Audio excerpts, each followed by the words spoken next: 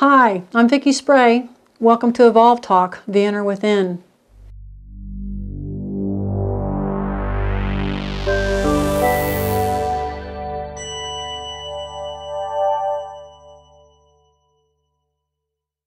Today, my talk is on our awakening. We are experiencing a huge spiritual awakening in our community and in the world. East is meeting West. We're reevaluating the old stories of our religious culture. Many of us have decided for ourselves that Adam and Eve were framed. We're going inside. We're going inside to a higher wisdom where we're not dependent on dogma and doctrine. We're not going to belief for our strength, knowing that beliefs change as we evolve. We're going to that fluid movement that is called evolution, that inward movement to expand. It is a painful process for many of us, only because we resist it, only because we are made up of this desire to survive, and it feels as though it is this movement toward our spirit is confronting that. And in fact it is. We have to give up the old way. We have to give up the egoic strength by might, might by strength, using our rationale, even using our experience. We have to go to a different place, and that's frightening. And yet, we're compelled to do it. It's that push-pull, it's that accelerator and brake.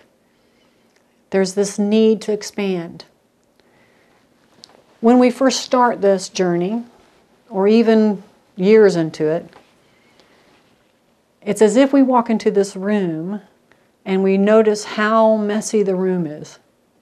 It's really messy. There's clothes everywhere. There's discarded things that should have been put away somewhere else. There's layers upon layers of things on the floor. There's things growing on the windowsill that probably should not be growing there. And so we walk into this room and we see how messy it is. And we become angry. We become angry because there's a part of us that knows and remembers that this room was quite pristine. And if you want to use the paradise story, we know that there was actually a paradise that we were born into. And so we walk into this room and we have a memory, a distant memory of a pristine room, of a peaceful place, of a haven, and we see only chaos now. And so one of the reactions that we grab onto, besides fear, is anger. And so we get angry and we raise our fist in the air and we say, this must change, and this must change now. And if it doesn't, then I quit, or if it doesn't, I'm going to be madder. And we do that for a while until we get very, very tired. And we have to sit down. And in that moment of sitting down, in that moment of surrender, in that moment of giving in, we start listening to a very, very distant voice from way, way within. And we realize when we hear it, just the whisper of it, that this thing inside of us has a desire to communicate with our mind. And if we could more and more give up the stories that our minds have already held on to and determined as truth, if our minds would become just a little bit more willing to listen to that inner something, then our minds can change. And when our minds change, our reality changes, our life changes. But it's a frustrating process, especially initially, because there are so many things in that room that have to be discarded. There are so many things in that room taking up space that are no longer serving us. Yes, Adam and Eve were framed. We were told that humans have come into this earth plane and that they're bad. And the new spirituality is declaring just the opposite, that we come into this earth plane as divine beings in human form. And as we get to that place, then the room gets cleaned up more peacefully, with less pain, with less chaos, without so much struggle. We trust that it's going to get cleaned up, that there is something inside of us that knows how to clean it up, that knows exactly where everything needs to go. And we will put it in its place, not by might and not by strength, but by this inner wisdom that's eternal, that's infinite, that is powerful. This power that can change how we move in this world. I tell this story, I call it the beans are going to get canned story. The beans will get canned. It was a profound awakening for myself in my own journey. And it happened like this.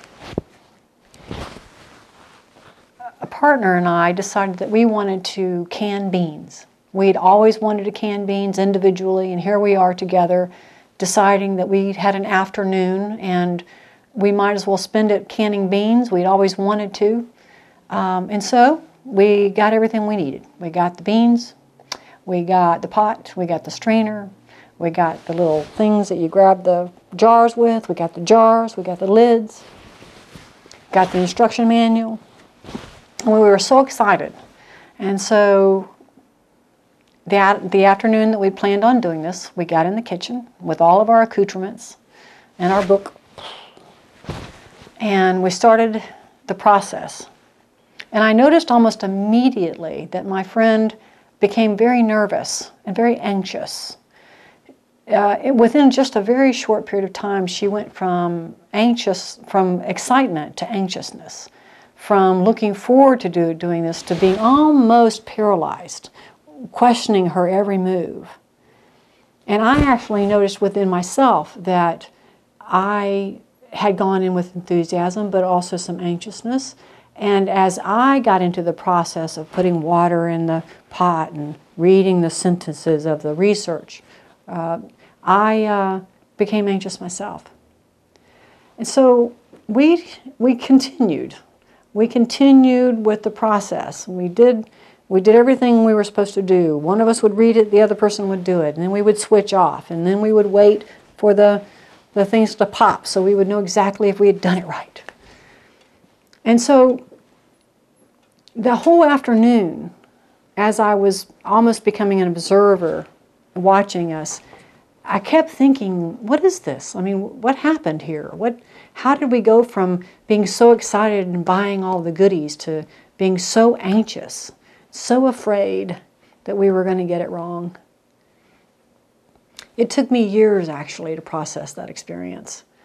And when I moved into my spiritual journey with a deeper commitment, that story came up into my mind, and I think by my soul, to teach me something.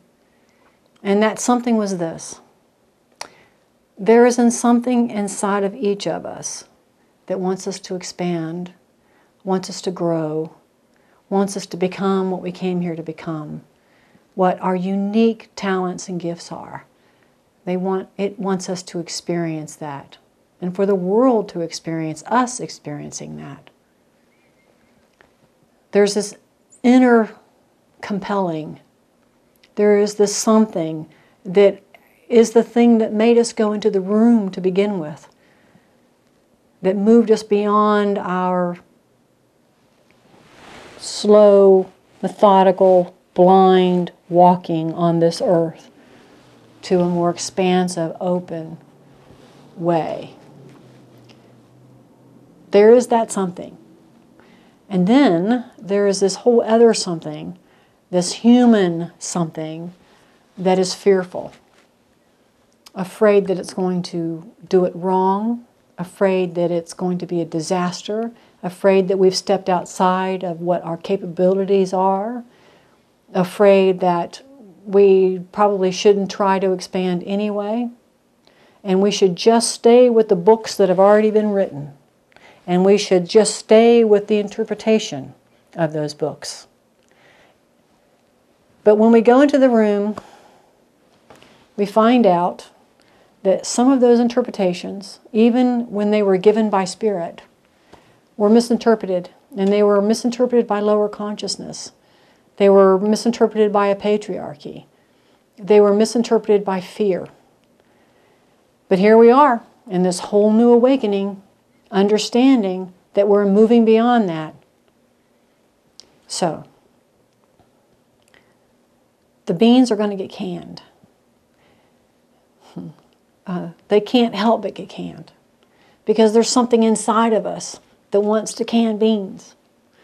There's something inside of us that wants us to move beyond our small self.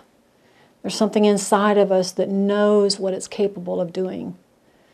There's something inside of us that is not afraid at all about anything, ever.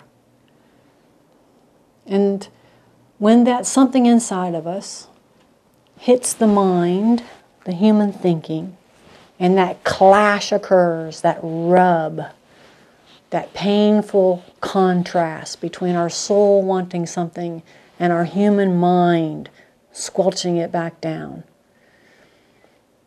When that happens, a couple things will occur. It will be so painful that we'll have to go back to sleep. Go back to the 9-to-5 job. Go back to the knowns.